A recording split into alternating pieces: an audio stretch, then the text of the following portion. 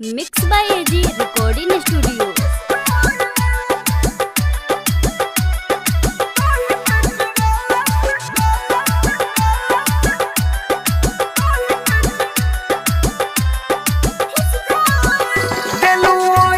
जखम जेकर मिले ना मरम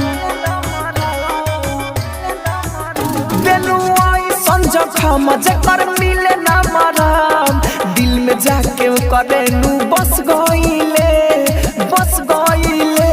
रे दही बेचे वाला से फंस गईले दही बेचे वाला से फंस गईले ओकरा में काथी लौकल की हंस गईले दही बेचे वाला से फंस गईले दही बेचे वाला से फंस गईले। Mix by AG recording studio.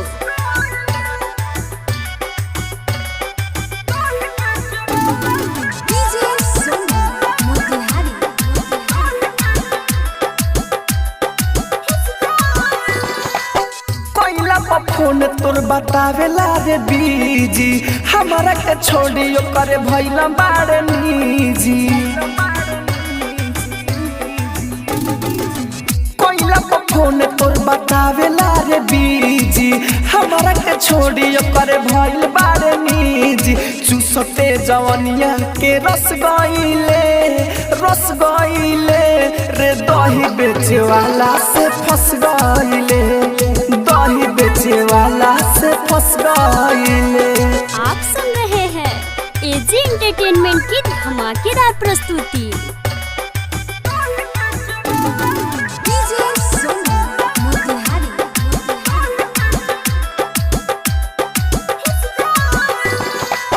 अखड़े बा खेत तोर जवानिया के कोण दी कृष्णा बसंत खाली माजा लेके छोड़ दी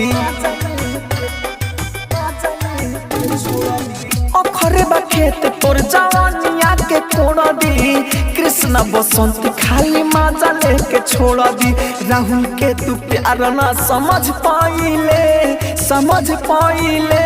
रे दही बेचे वाला से फंस गईले रे दही बेचे वाला से फंस गईले। एजी रिकॉर्डिंग स्टूडियो रोशनपुर सपहा।